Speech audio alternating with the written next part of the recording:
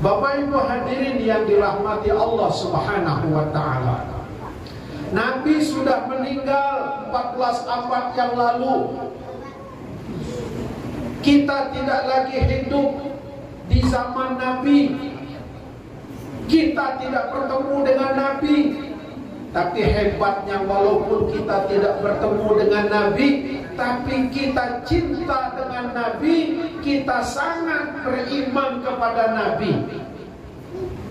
Maka tugas kita sekarang Bapak Ibu, dalam Al-Quran disebutkan walladzina amanu wa azzaruhu wa nasaruhu wattaba'un nural ladzi unzila ma'ah. Orang-orang yang beriman kepada Nabi, dia adalah orang yang memuliakan Nabi. Satu, berarti orang yang beriman kepada Nabi Muhammad itu dia tugasnya memuliakan Nabi. Satu. Yang kedua, wa azzaruhu wa nasaruhu, menolong Nabi. Ya, sudah memuliakan Nabi yang pertama, yang kedua menolong Nabi.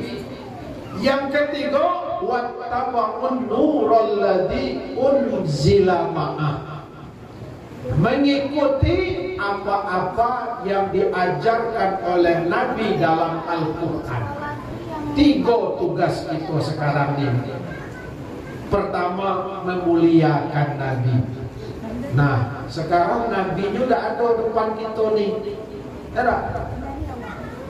Nabi-nya dulu. Nah, kita tengok Bapak Ibu, sahabat Rasulullah ketika ayat ini turun, dia memuliakan Nabi ketika itu. Misalnya Abu Bakar, Umar, Utsman yang hidup sezaman dengan Nabi, sangat-sangat memuliakan Nabi. Bahkan dalam Quran disebutkan, karena memang akhlak Nabi Muhammad itu ada semua dalam Quran. Ya kan?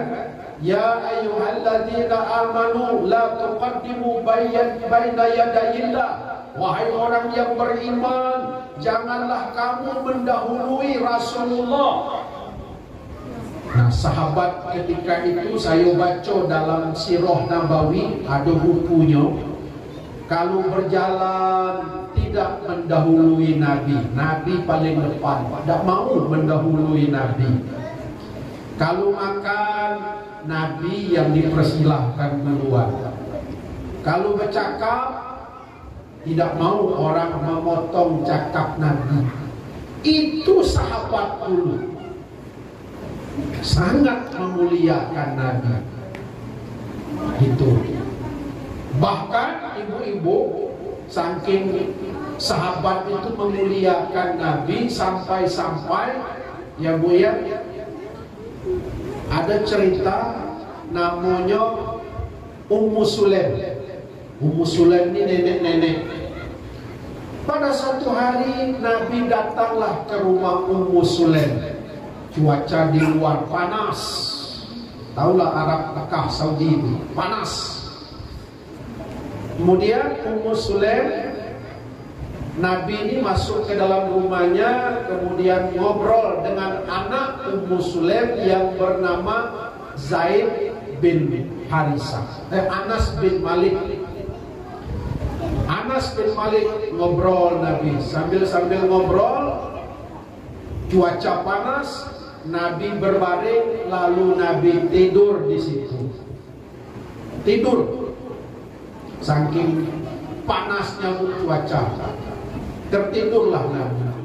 Nah, ketika Nabi sedang tidur, berkeringat badan Nabi ini tadi, mengalir keringat. Lalu nenek-nenek ini ambil gelas, diambil gelas, kemudian dilapnya keringat Nabi tadi, dimasukkannya dalam gelas, dicampurnya dengan air. Kemudian Nabi terjaga. Nabi terjaga dan mengatakan, wahai Ummu Sulaim, apa yang kau lakukan ini? Lalu Ummu Sulaim, nenek-nenek ini jawab dia, ya Rasulullah, aku mengambil keringat yang keluar dari jasadmu yang mulia ini untuk mengambil barokah. Sebagiannya aku jadikan minyak wangi, sebagiannya keringat Nabi ini aku minum sebagai obat. Nah, Nabi ketika itu tidak melarang, artinya membolehkan minum keringat Nabi dalam rangka mengambil barokah yang keluar dari jasad Nabi yang mulia.